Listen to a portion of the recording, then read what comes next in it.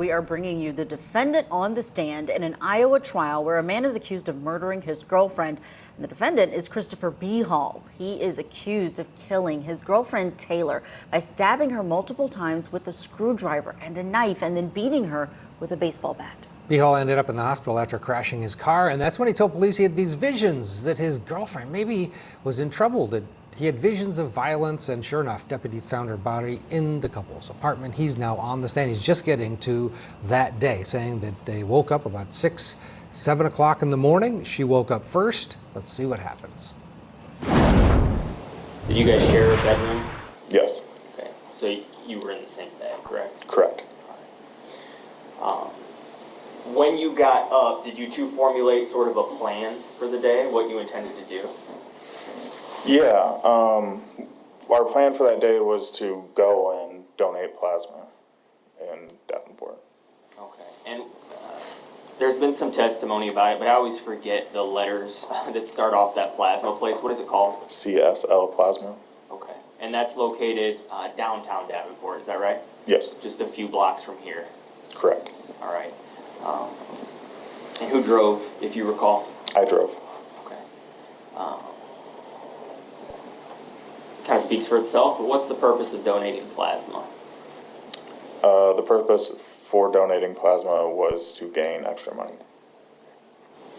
And did you make it to the plasma location? We did. Okay. Were you able to donate? I was not. Why not? My blood pressure was too high. Was Taylor able to donate? Yes. And did she do so? Yes. Approximately how long does that take? About an hour. Do they check things like blood alcohol level or anything? Like, what are the things that they check to make sure that you're available to donate? They check your blood pressure, your weight, your plasma percentage. I don't know exactly what it is, and then your temperature, I believe. But she passed whatever testing they had and she donated. I believe she failed the first round, and then she went back for a retest and was able to donate, yes. Okay. And did you do anything while she was donating? I just sat out in the lobby on my phone until she was done. Okay. And once you two left the plasma location, what'd you do? We went to Aldi. Okay. Remember what you purchased? The only thing I remember was chocolate chip cookies. Okay. And after Aldi, where'd you go? The dollar store. Okay. What purchases were made there? Foundation, I believe. Okay. And after the dollar store? We went to Hy-Vee. Just more food, I assume? Soda.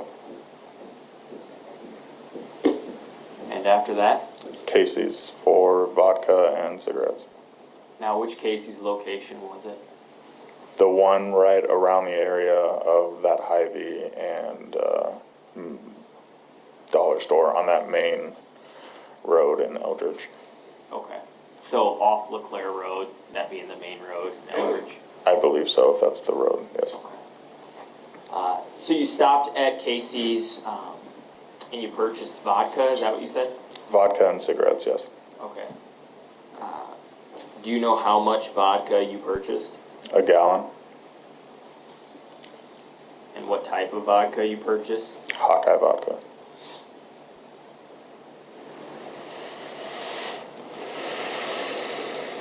And then any other stops before you made it home? McDonald's. Okay. Again, just more food, I assume? That is correct. Okay. What time is it now that you are arriving home after these stops? 11-ish, noonish. Okay. From the moment you woke up till this 11-ish, noonish time period, had you had any alcohol that day? No. When you got home, what did you guys do first? We laid down for a little bit, and then... No, we scratched that. We went and ate lunch, and then we laid down for a little bit, both took a shower, and then we had sex. And then we played cards for a little while, listened to music. We went back to the bedroom, and then we had a cigarette, and then we laid down and talked. I started to turn the TV on, and then I realized that we were talking more, so I turned the TV back off. And we just sat talking about her family and my family, and that's the last thing I remember. Now, how long after you arrived home with the vodka did you two start drinking? Right after eating. So 20 minutes, half an hour. I guess I should ask, is Taylor drinking as well? She is, yes. Okay. And is she drinking the same thing you are? Yes. And what is that? Hawkeye vodka. Again, I know you guys aren't measuring volumes, but how much of that vodka do you recall getting through? Last time I remember, I would have been over 3/4 gone. Of the gallon that you purchased? Of the gallon, yes. And that was between 11-ish, noonish that you arrived home and whatever the last thing is you remember. Yes.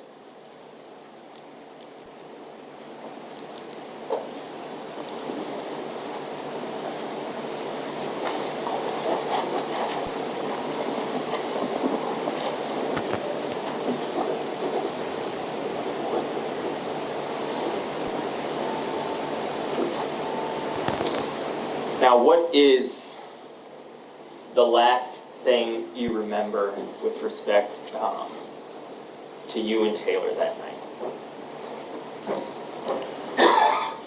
The last thing that I remember is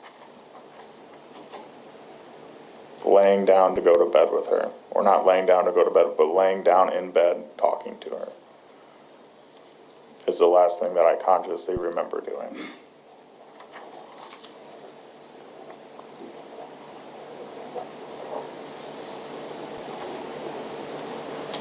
And then after that, what was the next sort of time in which you have a firm recollection of what was taking place? A firm recollection would be waking up in the hospital.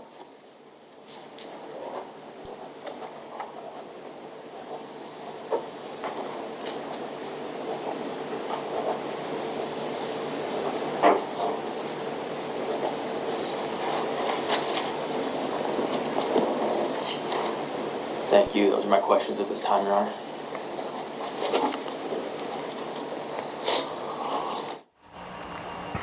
That's it? I was That hoping is for more. correct. Well, to at least explain what happened, explain the visions of violence, what you told police. And he, in that police interview, he said that she came at him with a knife, that there was this whole weird self-defense thing. Doesn't go into that at all. Even, I think it's recorded that he said he was trying to put her out of her misery. There was a lot to it, and we didn't get that from the direct. Well, let's see what comes out in cross-examination. Christopher Behal with the PG version of what happened that night when he slaughtered his girlfriend. Let's see what the prosecution gets out of him.